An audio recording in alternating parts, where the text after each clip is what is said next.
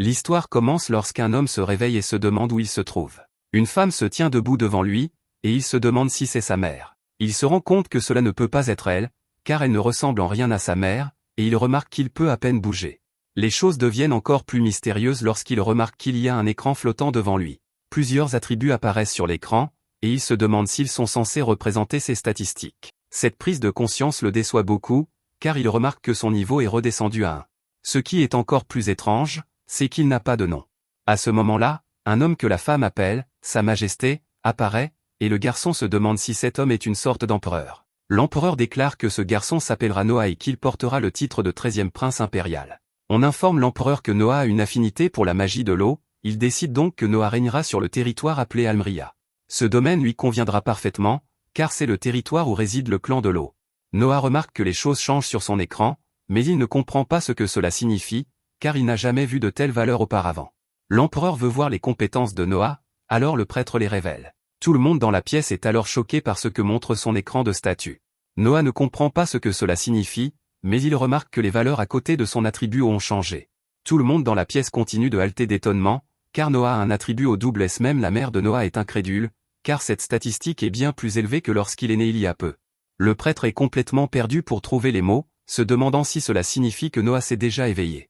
Atteindre le double S est incroyablement rare en général, et c'est tout à fait inédit pour quelqu'un d'aussi jeune. Tous les spectateurs s'émerveillent devant Noah, car ils réalisent qu'ils assistent à la naissance d'un homme au talent immense. Noah est encore très confus et ne sait pas quoi penser de tout cela. Tout ce qu'il sait avec certitude, c'est qu'il a reçu une nouvelle vie et qu'il s'est réincarné en noble. La nouvelle maison de Noah est l'Empire d'Amira, une nation de guerriers nichés au cœur d'une chaîne de montagnes. L'empereur est le père de plus de 10 fils connus sous le nom de princes impériaux. Les princes sont vénérés et adorés par le peuple comme les nobles les plus renommés. Cela fait maintenant 6 ans que Noah s'est réincarné, et il a pris conscience d'une chose concernant ses statistiques. Les valeurs qu'il voit sur son écran de statut sont différentes de celles que les autres peuvent voir. Il voit des rangs normaux comme tout le monde, mais Noah est capable de voir des valeurs différentes. Au lieu du double rang est-ce que tout le monde voit pour son attribut O, Noah voit E+, et s'il a appris que ces valeurs supplémentaires proviennent des personnes qui sont ses subordonnés. Par exemple, le S ajouté à son attribut O provient du domaine qui lui a été accordé à sa naissance. L'empereur a donné à Noah le domaine appelé Almria, ce qui a fait de tous les résidents de ce domaine ses subordonnés. Almria est le lieu de résidence du clan de l'eau, donc le fait de les avoir comme subordonnés a considérablement renforcé l'attribut O de Noah. Même ses servantes renforcent légèrement ses attributs, ce qui montre clairement qu'il tirera profit de tous ses subordonnés, aussi faibles soient-ils. En d'autres termes, Noah peut devenir plus fort en gagnant davantage de subordonnés. Une autre chose qu'il peut voir et que les autres ne peuvent pas voir, c'est que son niveau peut être augmenté à l'infini. Alors que les servantes préparent Noah pour sa journée, elles ne peuvent s'empêcher de souligner à quel point il est bien élevé. La plupart des garçons de son âge seraient pleins de malice, mais Noah est toujours si calme et posé. Noah a beaucoup appris sur le fonctionnement de son écran de statut, mais ses capacités sont encore limitées car il n'a que 6 ans. À ce moment-là, une femme de chambre nommée Evelyne informe Noah que 2 visiteurs sont arrivés. Noah nous explique qu'Evelyne est une belle femme de chambre spécialisée dans l'hospitalité. Evelyne informe Noah que 2 de ses frères sont venus lui rendre visite et qu'ils ont dit qu'il pouvait prendre son temps avant de les rencontrer. Noah sait qu'il ne peut pas les faire attendre, car l'un de ses frères est le prince héritier. Noah va immédiatement à leur rencontre et est accueilli par ses frères. L'un d'eux s'appelle Henri, et c'est le 4e prince. L'autre est Albert, et c'est le prince héritier. Noah s'excuse d'être en retard, et ses frères ne peuvent s'empêcher de remarquer qu'il est toujours aussi courtois. Noah est toujours très poli, et ses frères sont donc convaincus qu'il fera un excellent chancelier un jour. À ce moment-là, Albert révèle qu'ils ont apporté un cadeau pour Noah. Albert demande à quelqu'un de l'apporter, mais ce n'est pas quelque chose d'agréable. Cela ressemble à un cercueil recouvert d'une sorte de force obscure, et l'homme qui le transporte a l'air terrifié. Il transpire même de peur, alors Noah ne peut que se demander ce qui se passe. Albert demande à l'homme d'ouvrir la boîte, et Noah est horrifié pendant un instant. Il entend des gens crier de douleur et les voit supplier le prince Albert de les sauver. Ce n'est qu'une vision que Noah a, car la seule chose qui se trouve à l'intérieur de la boîte est une épée. Albert demande à Noah ce qu'il en pense, et Noah répond que c'est incroyable. Albert dit à son petit frère de la prendre, mais Noah hésite, quelque chose ne va pas avec cette épée, mais c'est un cadeau du prince héritier, il ne peut donc pas refuser. Noah prend l'épée, et Albert est très impressionné. Il explique que l'épée s'appelle Léviathan et qu'il s'agit d'une épée magique d'eau réputée pour être la plus puissante de l'Empire. Elle n'est toutefois pas destinée aux âmes sensibles, car plus de 120 personnes ont perdu la vie en essayant de la maîtriser. Noah est choqué d'entendre cela et panique au point de presque laisser tomber le cadeau du prince héritier. Henri voit bien que Noah a peur, alors il lui dit de ne pas s'inquiéter. Ceux qui ne sont pas destinés à manier l'épée perdent la vie dès qu'ils la soulèvent. Cette épée est tellement maudite que pour la plupart des gens, le simple fait de porter le coffret dans lequel elle se trouve est une torture. Albert est heureux d'avoir apporté ce cadeau à Noah, car cela lui a montré qu'il fallait avoir une affinité avec l'eau de niveau double S pour manier l'épée. Il remercie ensuite Noah, car cette démonstration était très précieuse. Les deux frères s'en vont, et Noah traite Albert de prince méprisable, car il ne faisait que le tester. Noah n'ose toutefois pas le dire à voix haute, car il sait que s'il le faisait, il perdrait la vie. Dehors, Henri se demande s'il était judicieux de donner le Léviathan à Noah. L'épée est inestimable, mais Albert ne regrette pas sa décision. Il est vraiment content, car il pense que l'épée est entre de meilleures mains entre celles d'une personne aussi brillante que Noah. Cependant, il dit que c'est justement à cause de la brillante intelligence de Noah qu'il doit faire l'expérience d'être mordu par son propre animal de compagnie précieux. Cette nuit-là, Noah sent que quelque chose tracasse sa femme de chambre, Zoé. Zoé dit que ce n'est rien, mais Noah insiste pour qu'elle lui dise. Elle est la femme de chambre personnelle de Noah et elle lui révèle qu'elle aimerait prendre quelques jours de congé. Sa ville natale a été inondée et la ferme où elle a grandi a été complètement détruite. Sa mère, qui vit seule, est désormais sans emploi et a besoin d'aide. Les autres membres de la famille de Zoé ne veulent rien faire et lui ont dit de simplement aller travailler dans le quartier rouge. Ils lui ont dit qu'elle ne valait rien, mais qu'elle pourrait se vendre comme quelqu'un qui a servi le prince. Noah l'interrompt, car il en a assez entendu et a une autre idée. Au lieu que Zoé se vende, il emploiera sa mère dans le manoir. Elle sera simplement chargée de fermer le portail d'entrée et il lui versera 10 renés par mois. C'est incroyablement généreux, mais Zoé fait remarquer qu'elle n'a jamais entendu parler d'un tel travail. Il va également la payer bien plus que le salaire standard, mais Noah le sait déjà. Sa générosité ne s'arrête pas là, car il explique qu'il y a une maison inutilisée à la périphérie de la capitale. Il dit que Zoé et sa mère peuvent y vivre, alors Zoé se met à pleurer devant tant de gentillesse. Zoé le remercie encore et encore, mais Noah reste professionnel et lui dit de continuer son travail. Pendant ce temps, il se dit qu'il ne pourrait jamais laisser quelqu'un qui travaille pour lui exercer dans le quartier rouge. Cela ternirait son titre de 13e prince, mais surtout, Zoé est sa servante. Elle est à ses côtés depuis longtemps et elle servira Noah toute sa vie. À ce moment-là, Noah appelle son majordome, Dylan. Noah explique qu'il y a eu une inondation dans la ville natale de Zoé, et demande à Dylan d'acheter autant de terre que possible dans cette région. Zoé est complètement abasourdie, alors Noah lui explique pourquoi des escrocs vont tenter de profiter des personnes qui ont perdu leurs moyens de subsistance, comme la mère de Zoé. Noah veut les protéger, alors il demande à Dylan de les mettre en sécurité avant que quelque chose de grave ne leur arrive. Noah se demande ce qui ne va pas lorsque tout le monde se tait, alors Dylan lui explique qu'il est simplement surpris. Noah est très jeune, mais il gère une situation qu'il n'a jamais connue auparavant avec une incroyable clairvoyance. C'est tout à fait vrai, mais Noah pense qu'il a vu plus que sa part de ce genre de choses avant de se réincarner. Dylan se demande où il pourrait trouver l'argent nécessaire pour faire cet achat, car il estime que l'achat de toutes ces terres coûtera 700 000 renés. Zoé est choquée par ce chiffre, et Noah ne peut pas lui en vouloir d'être surprise. Le revenu annuel moyen d'un homme adulte dans la capitale est de 120 renés. Même les serviteurs de Noah ne gagnent que 8000 renés par an. Même avec les recettes fiscales provenant d'Almria et les dons en argent de l'empereur, Noah ne dispose que d'environ 500 000 renés. Il lui manque donc 200 000 renés, mais il a une idée. Il possède des terres juste au sud de la capitale, il décide donc de les vendre. Dylan lui fait remarquer que ces terres sont un cadeau de l'empereur et que les vendre sans autorisation serait un crime contre la famille impériale. Mais Noah s'en moque et dit qu'il en assumera les conséquences. Zoé ne veut pas qu'il ait des ennuis, mais Noah lui fait remarquer que les nobles ont des obligations et qu'ils doivent parfois se sacrifier pour apporter le bonheur au plus grand nombre possible. Dylan comprend et dit qu'il va immédiatement exécuter son ordre. Il prend également soin de remercier Noah, qui se souvient alors que Dylan est originaire de la même région que lui. Peu après, Noah se prépare à partir pour Dozo. À ce moment-là, il se précipite vers son frère Henri et s'excuse de ne pas l'avoir salué plus tôt. Noah explique qu'il a acheté un terrain dans une région appelée Dozo et qu'il va aller l'inspecter. Henri remarque que Noah emporte le Léviathan et se demande s'il a l'intention de s'en servir. Noah répond que non, qu'il l'emporte juste pour le tester.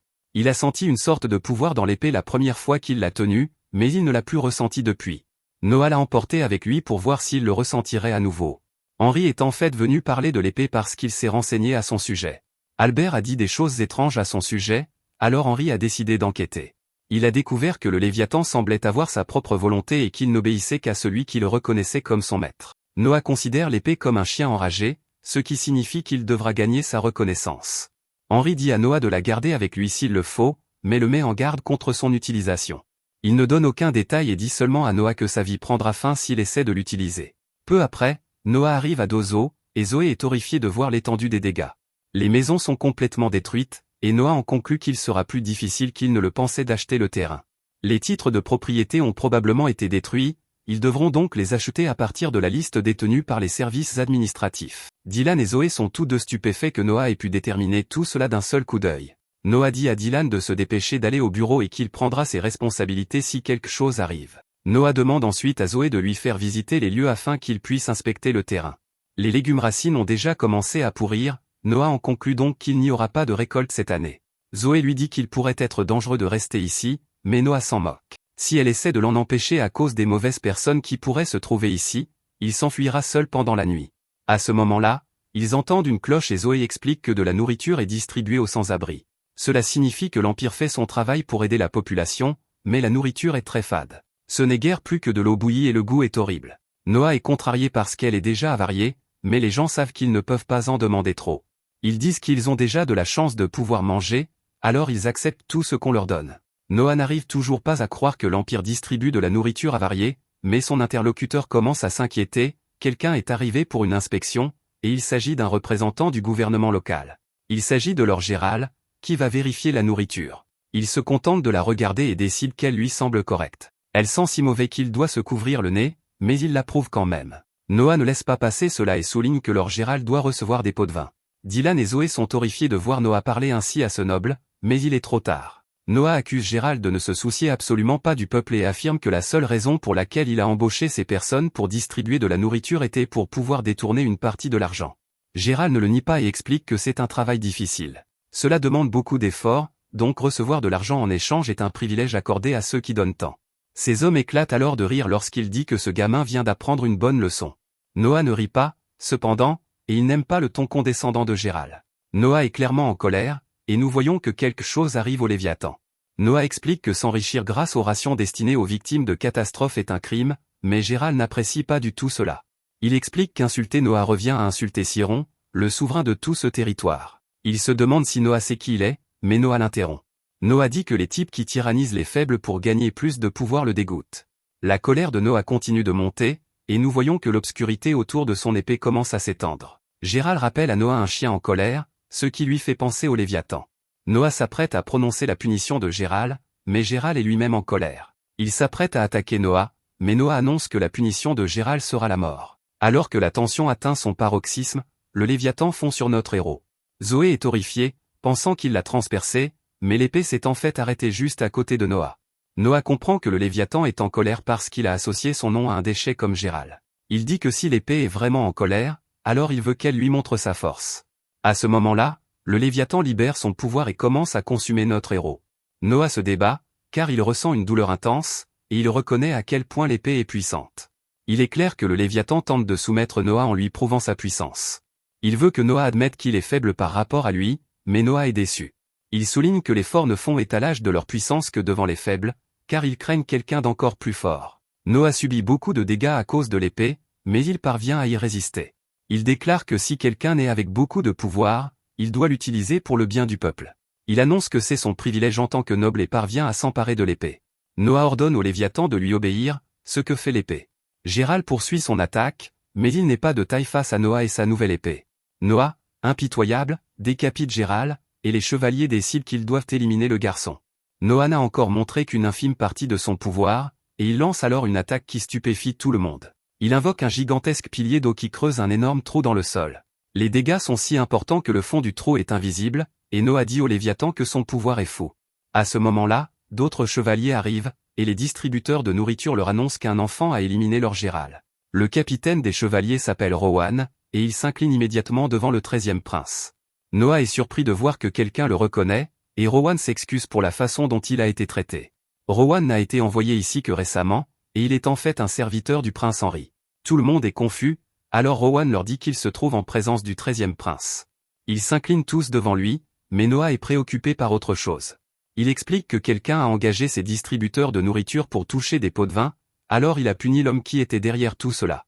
Noah désigne les complices de Gerald et ordonne à Rowan de leur infliger la punition qu'ils méritent. Quant à la distribution de nourriture, Noah annonce qu'ils vont recommencer à zéro.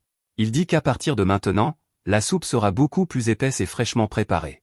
Elle devra être si dense qu'il pourra y planter une cuillère sans qu'elle ne tombe.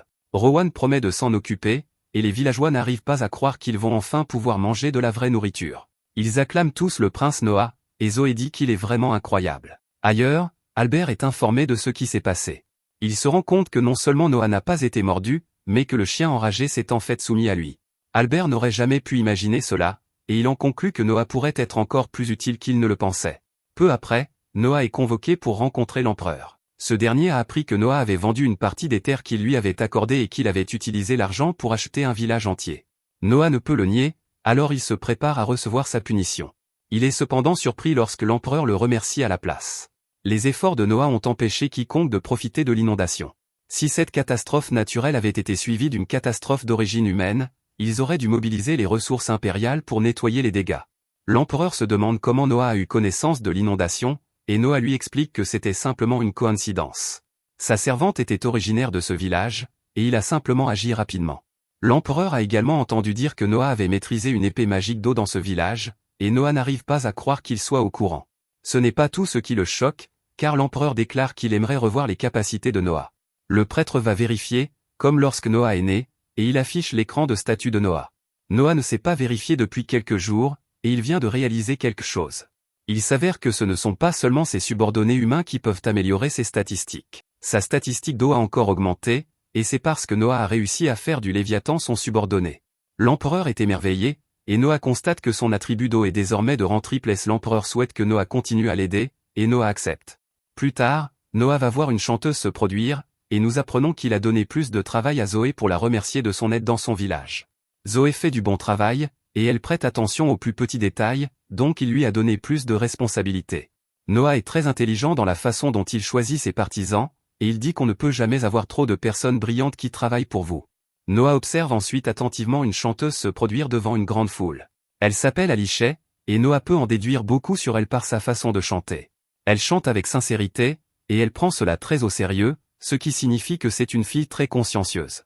C'est alors que des hommes font irruption pour arrêter le spectacle, et ils se demandent pourquoi Alishay perd son temps. Il souligne qu'elle ne gagnera pas assez d'argent pour rembourser la dette de son père de cette façon, donc elle doit faire autre chose. Alishay explique que chanter est tout ce qu'elle a, mais cela ne fait que rendre les hommes encore plus contrariés. Ils indiquent qu'il y a une meilleure façon pour une femme de gagner de l'argent, et Alishay est horrifiée par ce qu'ils sous-entendent. Tout le monde dans la foule est trop terrifié pour dire quoi que ce soit, mais une seule voix attire l'attention des voyous. C'est Noah, mais les hommes lui disent de rentrer courir vers sa maman. Noah ignore l'insulte et se contente de citer la loi impériale 67, article 2. Elle stipule qu'il est illégal de faire assumer aux enfants les dettes de leurs parents. Noah monte sur scène et déclare que forcer Alishay à rembourser la dette de son père et lui ordonner de vendre son corps pour le faire est un crime. Un des voyous dit avec colère à Noah de ne pas s'en mêler, mais Noah les attaque instantanément en invoquant le Léviathan. Noah se demande s'ils veulent vraiment continuer, mais les hommes ne veulent pas s'attaquer à lui et à son épée terrifiante. Ils s'enfuient, mais promettent de ne pas oublier cela. Noah dit au propriétaire de l'informer si ces hommes reviennent un jour, et l'homme est choqué d'apprendre que Noah est un prince. Noah dit à Alishay qu'il est très impressionné par sa voix, et il se demande combien sont ses frais de vie chaque mois. Alishay ne veut même pas le dire parce que c'est beaucoup à cause du traitement qu'elle doit payer pour la maladie de sa mère. Noah n'attend même pas sa réponse et dit simplement 25 renés. Alishay ne comprend même pas ce qui se passe, donc Noah explique que c'est ce qu'il lui paiera chaque mois pour qu'elle puisse se concentrer sur le chant. Ce n'est même pas le meilleur, car il explique qu'il augmentera le montant à mesure qu'elle s'améliorera. Alishay est choquée par son incroyable gentillesse, alors elle remercie notre héros. Noah dit que ce n'est pas un problème et qu'il aimerait entendre le reste de sa performance. Lorsque Noah retourne chez lui, on lui dit que des prêteurs sont venus le voir. Noah remarque que ce sont les voyous d'avant, et on lui dit qu'ils veulent s'excuser auprès de lui. Noah détermine qu'ils veulent juste s'excuser après avoir découvert qui il est, alors il dit à sa servante de les faire renvoyer. Il a également un message pour eux, à savoir qu'un prince n'est pas quelqu'un qu'ils peuvent voir quand ils le veulent. Henri arrive, et il est impressionné par la façon dont Noah a géré la situation, accorder une audience à des hommes comme eux dévaloriserait le statut de Noah en tant que membre de la royauté, donc il a raison de les renvoyer. Noah est d'accord, mais il explique qu'il a une autre raison de s'en débarrasser. Il va aider Alishay, donc il veut que les prêteurs pensent qu'il est encore en colère contre eux. Tant qu'ils pensent que Noah est en colère, ils n'embêteront pas Alishay. Henri est vraiment impressionné car cela signifie que Noah pense très loin à l'avance.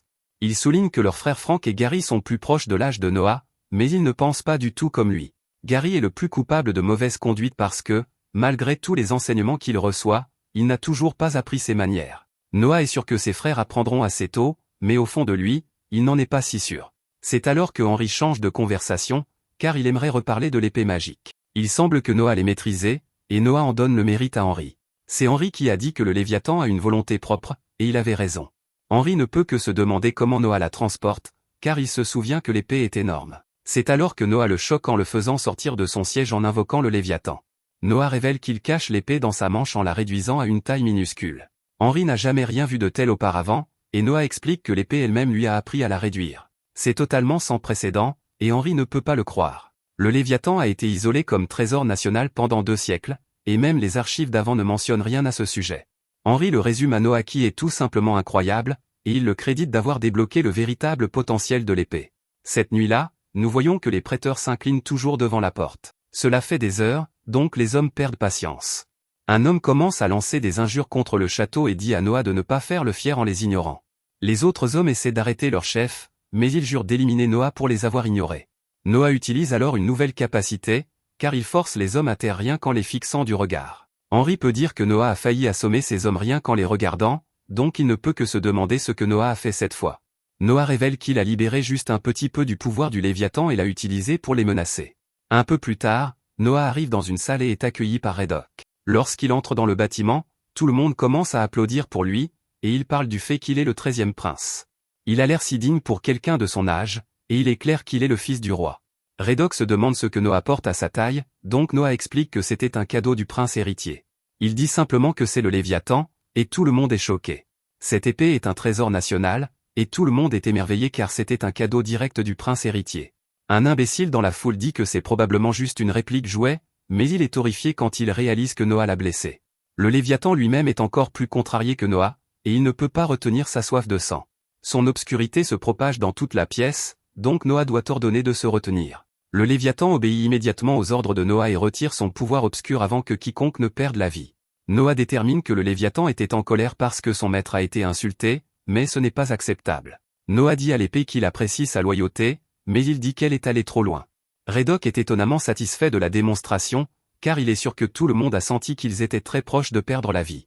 C'était le vrai pouvoir d'un trésor national, et ce qui vient de se passer démontre clairement que Noah a le contrôle de ce pouvoir écrasant. La foule adhère à ce qu'il dit, car il détermine que Noah leur a sauvé la vie à tous avec un seul mot. L'épée était prête à leur faire payer d'avoir douté de Noah, mais Noah leur a épargné la vie par miséricorde. Cela les fait tous adorer Noah encore plus, donc ils l'acclament une fois de plus. Redok se demande ce qu'il devrait faire à propos de l'homme qui a douté de lui, donc Noah dit simplement de le laisser tranquille. Il s'est déjà ridiculisé lui-même, et il ne peut pas s'en cacher. Au fur et à mesure que la nuit avance, tout le monde se présente à tour de rôle au prince. Un homme se présente lui-même et sa fille, et Noah impressionne tout le monde, car il est capable de déduire beaucoup de choses sur eux d'un seul regard. Il peut dire que le père est un noble de 2e ou 3e génération et que sa fille est adoptée. Noah est capable de deviner cela parce que le père a la prestance de quelqu'un qui est né dans un rang élevé, mais sa fille ne l'a pas. De plus, Noah peut dire que sa fille est une ancienne esclave. Il a atteint cette conclusion parce qu'au moment où elle s'est sentie troublée, elle lui a donné un regard curieux. C'est un regard unique aux personnes qui ont été esclaves, et Noah l'a remarqué immédiatement. Le père, nommé Alan, ne peut pas croire que Noah ait pu dire tout cela, et il confirme tout. Il a acheté la fille, nommée Cindy, comme esclave à l'origine, mais elle apprend très vite, donc il lui a enseigné en tant que fille adoptive. Noah les surprend alors, car il dit qu'il aime vraiment les histoires comme celle-là. Il aimerait en entendre plus, donc il dit qu'il aimerait qu'il visite son manoir un jour. Les deux remercient le prince et prennent congé. Noah est encore plus impressionné par Alan parce qu'il savait quand c'était le moment parfait pour partir. Redok est d'accord que l'homme est très intelligent car s'il était resté plus longtemps, tout le monde lui envierait. La foule remarque encore Alan parce qu'il a été le premier à être reconnu par le prince. C'est alors que Noah révèle qu'il y avait une autre façon de dire que Cindy n'était pas la vraie fille d'Alan. Noah le démontre en libérant une partie du pouvoir maléfique du Léviathan, et Cindy le remarque immédiatement. Noah révèle que Cindy protège Alan depuis la première fois où il a utilisé l'épée comme une menace.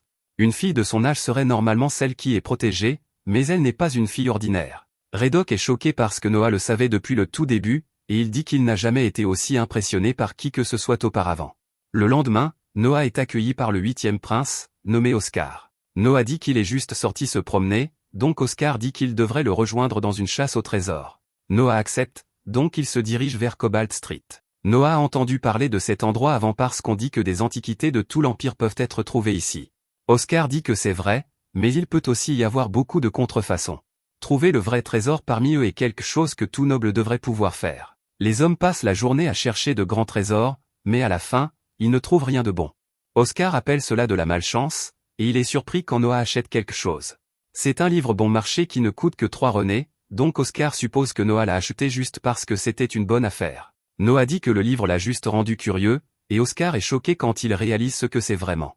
Il ne peut pas le croire au début, mais un regard plus attentif le rend certain. C'est le grimoire d'Andrea, qui était un sorcier légendaire. C'est la copie originale, ce qui signifie que c'est sans aucun doute un véritable trésor. Selon ce qu'il y a dans le livre, Noah pourrait peut-être le vendre pour 1000 renés. C'est vraiment incroyable, donc Oscar se demande comment Noah savait ce que c'était. Noah, bien sûr, ne le savait pas, mais au moment où il l'a touché, un plus a été ajouté à sa statistique de vent. C'est alors que Noah réalise quelque chose, et le Léviathan commence à trembler de manière incontrôlable. L'épée l'a également réalisé, et Noah la prend et la pointe vers le livre. Seuls les êtres avec leur propre volonté peuvent ajouter à ces statistiques, ce qui signifie que ce livre doit avoir une volonté propre. Menacer le livre avec son épée le fait réagir, et il commence à libérer son propre pouvoir. Le livre s'ouvre sur une page avec un cercle magique, et encore plus de puissance en sort. Quelque chose de terrifiant émerge du livre, et Oscar est incrédule. Il ne comprend pas ce qui se passe, et il se demande si le livre est un tome interdit avec l'âme du sorcier scellée à l'intérieur. La situation devient plus dangereuse chaque seconde, donc Oscar dit à Noah de courir. Il a déterminé que cet être est l'esprit vengeur du grand sorcier, qui a maîtrisé la magie du vent. Des vents violents commencent à remplir l'air, donc Oscar dit encore à Noah de courir. Noah refuse, cependant, et il dit à l'esprit de partir. Il déclenche une attaque d'eau immensément puissante du Léviathan, et cela bat immédiatement l'esprit. Le ciel est à nouveau clair, et Noah confirme que l'esprit est parti parce que sa statistique de vent ne montre plus de plus. Oscar vérifie s'il y a des dégâts collatéraux, mais Noah l'assure que tout va bien. Noah ne voulait blesser personne ni endommager aucun des bâtiments, donc il a visé son attaque vers le haut. Oscar est encore une fois émerveillé par lui parce que Noah a pu prendre ce genre de décision en un instant. Il ne se souvient pas que Noah était comme ça, donc il ne peut que se demander quand il est devenu si fort. C'est alors qu'un marchand nommé Barley se présente. Après avoir vu de quoi Noah est capable, il a décidé de lui montrer quelque chose. Noah se demande si c'est une sorte de trésor, mais le marchand n'en est pas vraiment sûr. Il le leur montre et explique que c'est une bague qui ne montrera sa vraie forme que lorsque son vrai propriétaire apparaîtra. Barley l'a montré à beaucoup de gens, mais elle ne répond jamais. Elle ne fait rien maintenant, donc Noah dit que ça pourrait aussi être juste des déchets. Le marchand y a pensé avant, et il a même essayé de s'en débarrasser plusieurs fois. Cependant, peu importe combien de fois il la jette, la bague ne cesse de revenir. Elle réapparaît toujours dans son magasin, ce qui le rend certain qu'il y a quelque chose de spécial à son sujet. Noah l'essaie, et Barley est choqué car elle commence à briller pour la première fois. Une voix mystérieuse déclare que la limite de niveau a été confirmée. Elle révèle que c'est un objet de triple rareté, et elle vient de reconnaître Noah comme son nouveau propriétaire. Elle dit armure, et un liquide étrange commence à en couler. Il se déplace sur les bras et les jambes de Noah, et les hommes sont choqués lorsque la vraie forme de la bague est finalement révélée. Même Noah est émerveillé parce que la bague s'est transformée en une armure qui couvre les bras et les jambes de Noah. Il n'y a pas de changement dans ses statistiques, cependant, ce qui signifie que ce n'est pas le même genre d'être que ce grimoire ou le Léviathan. La bague est sans aucun doute un objet très spécial, cependant, et elle aura ses utilisations. Noah dit qu'il achètera la bague à Barley, et il fera envoyer les paiements plus tard. Oscar, cependant, propose de la payer et dit que Noah peut simplement la considérer comme un cadeau. D'abord, Noah a réveillé une épée magique, et maintenant il a fait de même pour une bague magique, donc Oscar est sûr qu'il y a quelque chose de très spécial chez Noah. Les deux hommes finissent par se séparer, mais le prêteur apparaît pour attaquer Noah. Les amis de Noah essaient de le protéger, mais il n'en a pas besoin. Au lieu de cela, il active sa bague et bloque tout le monde en l'utilisant pour créer un bouclier. L'homme est traité, et Noah range son bouclier. Oscar ne se souvient pas avoir vu cela avant, donc Noah explique qu'il a lié la bague avec le Léviathan. Noah n'était pas sûr de ce qui se passerait, mais la bague semble avoir réagi à l'hostilité de l'homme avec une défense automatique. Oscar est encore une fois émerveillé, car il réalise que Noah a déjà maîtrisé le pouvoir de la bague en si peu de temps. Plus tard, Noah va revoir Alichet se produire, et il pense au fait que le prêteur est fichu après l'avoir attaqué. Ils n'embêteront plus Alichet non plus, donc il se rappelle de lui dire cela plus tard. C'est alors qu'un homme ivre saute sur la scène pour draguer Alichet. Un autre homme dit qu'il l'a vu en premier, donc ils commencent à se disputer. Une bagarre est sur le point d'éclater, mais Noah sort de nulle part pour les arrêter avec son bouclier. Il enchaîne avec une attaque de son épée, et les hommes s'enfuient pour sauver leur vie. Le propriétaire s'excuse pour ce qui s'est passé, donc Noah lui dit de ne jamais laisser entrer des hommes comme eux à nouveau. Le propriétaire souligne que des clients comme eux sont ceux qui font vivre son entreprise, donc il n'a pas d'autre choix. Noah lui dit de ne pas s'inquiéter, et il stupéfie l'homme en disant qu'il achètera simplement toute l'entreprise. Noah demande à Zoé de lui montrer l'argent, et il propose de payer l'homme 1000 renés. Le propriétaire accepte avec joie, donc Alichet ne sait pas comment rembourser Noah pour tout ce qu'il a fait. Noah explique que tout ce qu'il veut d'elle, c'est sa musique, donc elle peut le rembourser en continuant à chanter. Elle se demande s'il aime vraiment autant son chant, et Noah explique qu'il voit beaucoup de potentiel en elle. Il veut que l'empereur l'entende un jour, donc il lui dit de se consacrer au chant jusqu'à là. Alichet ne pourrait pas être plus heureuse, donc elle promet de travailler aussi dur qu'elle le peut. Pendant qu'elle chante, Noah détermine que son jugement était exact car investir dans les gens est le vrai trésor. Quelque temps plus tard, on informe Noah qu'il a un invité. Son nom est Marley, et il est le gouverneur général d'un endroit appelé Auljoie. Marley a reçu un ordre impérial pour gérer le contrôle des inondations à Auljoie, mais cela ne se passe pas très bien. Auljoie est une région fertile et productrice de céréales située dans le méandre d'un grand fleuve, mais elle souffre d'inondations. L'empereur a nommé Marley, originaire d'Almaria, le foyer du clan de l'eau, pour la gouverner, espérant qu'il pourrait la stabiliser. Marley explique que le problème est qu'ils n'ont reçu aucun financement, et qu'ils ne peuvent pas utiliser de l'argent qu'ils n'ont pas. Marley travaille sous un ordre impérial, donc Noah dit qu'il doit y avoir de l'argent à sa disposition. Marley explique qu'ils étaient censés recevoir de l'argent, mais que le ministre des Finances ne le leur a pas donné. Noah ne perd pas de temps, et il dit à Marley de le suivre. Il rencontre le ministre des Finances, nommé Maverick, et Noah va droit au but. Maverick a retardé la distribution des fonds, et Noah exige de savoir pourquoi. Maverick nie avoir retardé les fonds, alors Noah se demande pourquoi il ne donne pas l'argent à Marley. Maverick l'assure qu'il y a une très bonne raison à cela, mais Noah voit déjà où cela mène. Il dit à Maverick que s'il va dire qu'un enfant ne comprendrait pas, alors il ferait mieux de se taire. Maverick est pris au dépourvu par l'assurance de Noah, et il dit qu'il ne serait jamais aussi impoli. Noah lui ordonne alors de leur donner la raison. Ainsi, Maverick explique, Auljoie a également subi de gros dégâts d'inondation l'année dernière, donc, par la bonté du cœur de l'empereur, il leur a accordé une exemption totale d'impôts pour toute une année. Cela signifie qu'ils devraient avoir de l'argent supplémentaire en ne payant pas d'impôts, et c'est l'avis de Maverick qu'il devrait utiliser cet argent pour le travail de Marley. Marley a déjà entendu cette excuse, et il craint que Noah ne cède, mais il est choqué lorsque Noah s'énerve réellement. Noah se demande si Maverick le méprise, car il ne considérerait jamais cela comme une bonne raison. Auljoie a eu une inondation, donc l'empereur leur a donné une exemption fiscale parce qu'ils n'avaient pas d'argent pour payer. Maverick parle comme s'ils avaient cet argent, mais il n'a jamais existé en premier lieu. Noah dit qu'il va demander une dernière fois, alors il demande à Maverick s'il le méprise. Maverick est surpris, et il dit qu'en vérité, il ne peut pas envoyer l'argent maintenant. Il semble trouver une excuse sur le moment en disant que la raison concerne l'empereur lui-même. Il explique qu'actuellement, il y a un projet de construire la retraite estivale de l'empereur. L'empereur n'est plus jeune, donc il devrait passer ses étés à l'abri de la chaleur et dans un endroit plus frais.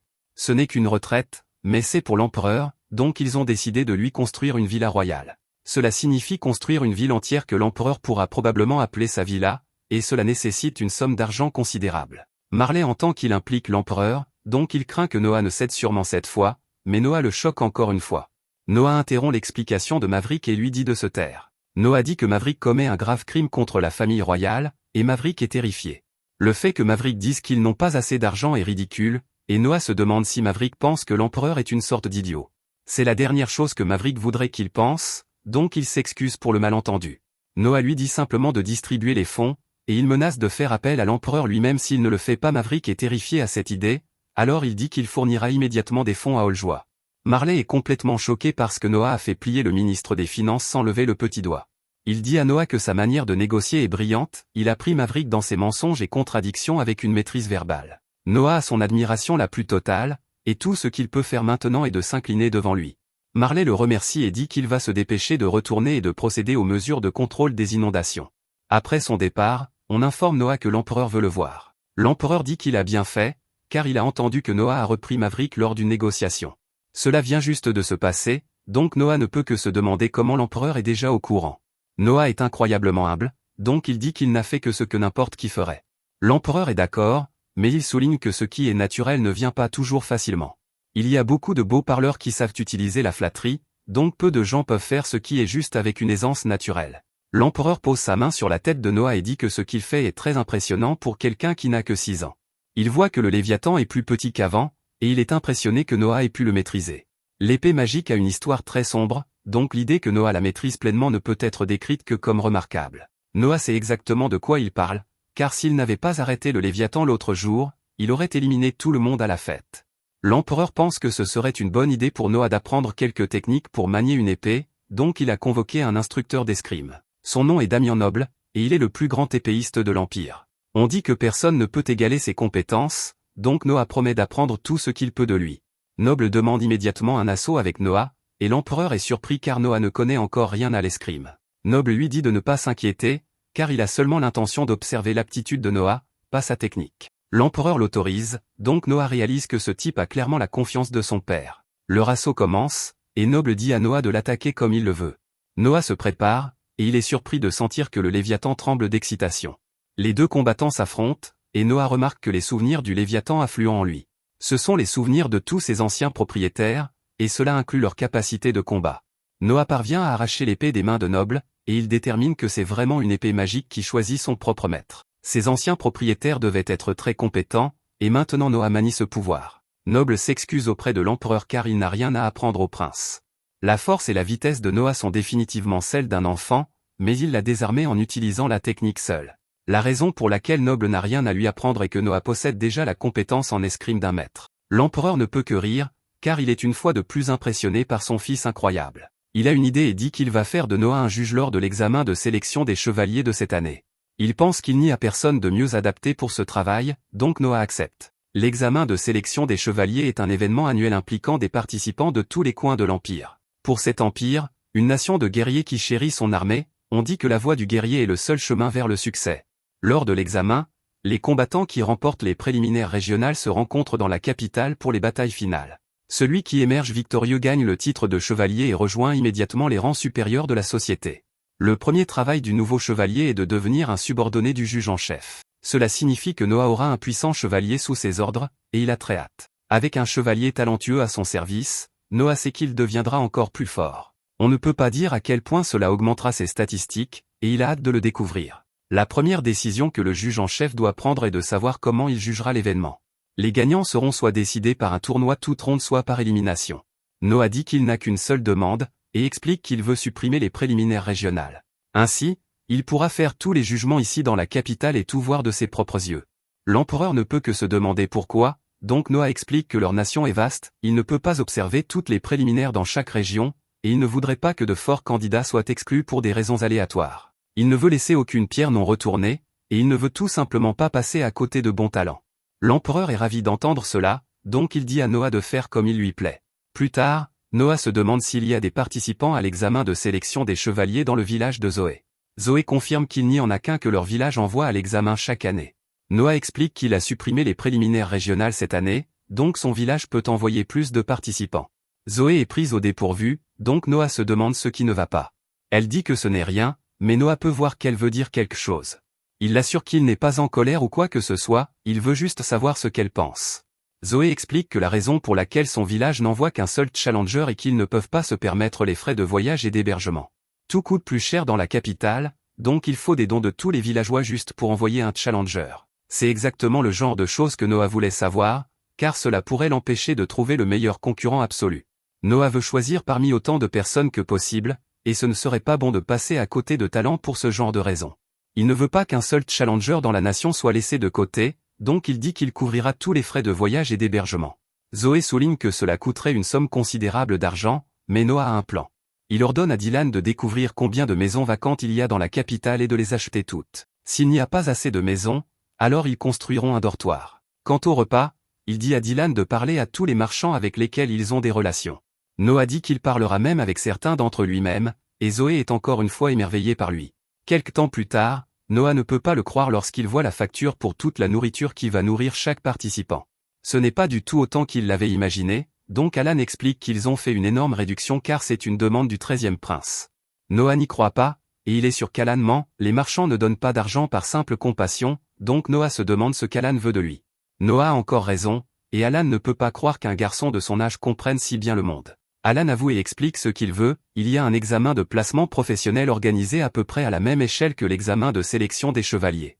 Alan veut placer une fille dans le palais, mais ce n'est pas facile. Noah réalise que si Alan avait quelqu'un dans le palais, alors il serait le premier à entendre de nouvelles informations. Aussi, si elle était ordonnée de passer des nuits avec l'empereur en tant que concubine, les profits seraient incommensurables. Alan ne veut pas que Noah pense que c'est une sorte d'ultimatum, donc il dit qu'il a déjà envoyé un gage de gratitude au manoir de Noah. Noah peut dire que ce n'est qu'un paiement anticipé pour l'aider, donc il détermine qu'Alan est assez intelligent. Noah accepte de mettre un mot pour la fille, mais seulement si c'est une fille que Noah aime. Alan est incroyablement reconnaissant, mais Noah lui rappelle que ce doit être une fille qui l'approuve sincèrement. Alan promet de choisir une fille qui répond aux normes de Noah, et il révèle autre chose. Il dit que Noah est incroyablement gentil et a une perception très aiguë qui élève Noah au-dessus de tout le monde à ses yeux, c'est pourquoi il aimerait ajouter le blason de la maison du 13e prince à l'enseigne de son magasin. Cela signifie qu'il est prêt à se consacrer pleinement au service de Noah, donc Noah doit lui expliquer qu'il ne tolérera aucune trahison. Alan jure de lui rester loyal, donc Noah accepte son service. Cette nuit-là, Noah pense à comment accepter Alan comme subordonné à augmenter ses statistiques. L'augmentation est corrélée aux capacités du subordonné, donc Noah détermine que s'il continue ainsi, il peut devenir encore plus fort. Juste à ce moment, Noah voit que l'une de ses statistiques a baissé, la statistique de l'eau est passée de plus double S à un simple S, donc il craint qu'il se soit passé quelque chose à Almaria.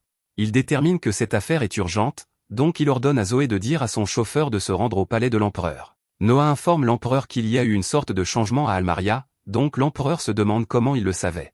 On dirait que l'empereur en a aussi entendu parler, mais l'empereur explique que Noah a vraiment remarqué les signes. Avant que Noah ne puisse expliquer, un messager arrive pour dire à l'empereur ce qui s'est passé, il y a eu une rébellion à Almaria, et l'empereur est impressionné que Noah ait pu le sentir. Il se demande quelle ampleur Noah pense que la rébellion a, donc Noah y réfléchit. Son double S est tombé à un simple S, ce qui signifie qu'il n'a baissé que d'un rang sur plusieurs. Noah dit qu'il croit que la rébellion est de petite envergure pour le moment, et l'empereur confirme son intuition. Il révèle que le rapport a identifié 5000 rebelles, leur nombre est faible, donc l'empereur se demande si Noah prévoit de gérer cela lui-même. Il est surpris lorsque Noah dit que ce serait impossible. Noah dit qu'il est encore jeune et peu familier avec le combat, donc il ne pense pas que les soldats l'écouteraient. S'il devait envoyer un prince pour soumettre cette affaire, Noah pense que ce devrait être l'un de ses frères aînés. Ce n'est pas une réponse à laquelle l'empereur s'attendait, car Noah a regardé la situation si objectivement avant de refuser. L'empereur décide de faire confiance à son jugement, et il demande à Noah quel frère il recommanderait. Noah croit que Henri serait le meilleur choix, mais l'empereur dit que Henri peut parfois être difficile à gérer, donc il se demande pourquoi Noah le choisirait. Noah souligne que les rebelles sont peu nombreux, donc la meilleure façon de les traiter est de les réprimer de front. Henri est le plus prudent de tous ses frères, donc c'est le meilleur pour ce travail. L'empereur est impressionné par la décision de Noah, donc il ordonne que Henri soit convoqué. En partant, Henri se demande si Noah est sûr de sa décision. Mettre fin à la rébellion est une affaire importante, et cela pourrait être une chance pour Noah d'augmenter son statut. Cet empire est une nation de guerriers, donc un grand exploit au combat profiterait grandement à Noah. Noah le sait déjà, mais il sait aussi qu'il est inexpérimenté. Même s'il survivait en s'en occupant lui-même, il est sûr que beaucoup de soldats perdraient la vie. Noah pense qu'il serait préférable que quelqu'un de plus expérimenté s'en occupe, car cela épargnerait beaucoup plus de vie, et cela est plus important pour lui que son statut. Juste à ce moment, le Léviathan commence à briller, et Noah réalise que l'ennemi est là. Il ordonne aux carrosses de s'arrêter, et il pense à comment le Léviathan vient de réagir à eux. Il réalise que l'ennemi est après lui, et il ne veut pas impliquer son frère. Noah saute immédiatement à l'extérieur et, étonnamment, se met en danger. Cela déclenche un piège d'eau qui l'attendait, et tout le monde est horrifié alors qu'il est englouti dans l'eau. Les attaquants se montrent pour en profiter, mais ils sont choqués lorsqu'ils voient que Noah s'est défendu avec plusieurs boucliers. Noah détermine qu'ils sont des utilisateurs d'eau, ce qui signifie que ce sont des rebelles d'Almaria. Ils se déplacent pour attaquer notre héros, mais Noah commence à les éliminer avec une précision impitoyable. Ses compétences sont pleinement démontrées, et il fait un travail facile des rebelles. Ils sont incrédules car Noah n'est qu'un enfant, mais il est trop tard car ils sont tous vaincus. Henri dit que Noah est devenu beaucoup plus fort depuis leur dernière rencontre, et il souhaite juste qu'ils aient pu interroger les rebelles. Noah révèle étonnamment qu'il n'a pas mis fin à leur vie, il a simplement utilisé la menace du Léviathan pour les assommer. Henri confirme qu'il respire encore, mais cette attaque lui a été surprenante. Il a entendu que l'armée rebelle était centrée sur des cavaliers, et il ne savait pas qu'il y aurait ce type de combattants aussi. C'est étrange pour Noah d'entendre cela, car Almaria n'a pas une forte provision de chevaux de guerre. Ils doivent les obtenir ailleurs, donc il a une idée. Il rencontre Alan, car il fait des affaires dans la région autour d'Almaria. Les citoyens ne sont pas censés savoir ce qu'il s'apprête à dire à Alan, donc Noah dit qu'il devrait se considérer comme mort s'il le dit à quiconque. Alan comprend, donc Noah révèle qu'il y a une rébellion à Almaria. Les cavaliers sont au centre de leur force, mais Almaria n'est pas bien équipée pour gérer autant de chevaux de guerre. Noah donne 10 000 renés à Alan et lui dit d'acheter toute la nourriture pour chevaux à Almaria. Almaria n'aura pas beaucoup de nourriture pour chevaux puisqu'ils sont si mal équipés pour eux, donc ils pourront neutraliser la cavalerie en coupant leurs approvisionnements en nourriture pour chevaux. Alan est émerveillé par l'idée brillante de Noah, donc il dit qu'il va commencer tout de suite. Noah est sûr que cela fonctionnera et rendra le combat de son frère beaucoup plus facile. Merci d'avoir regardé mon récapitulatif. Assurez-vous d'aimer la vidéo.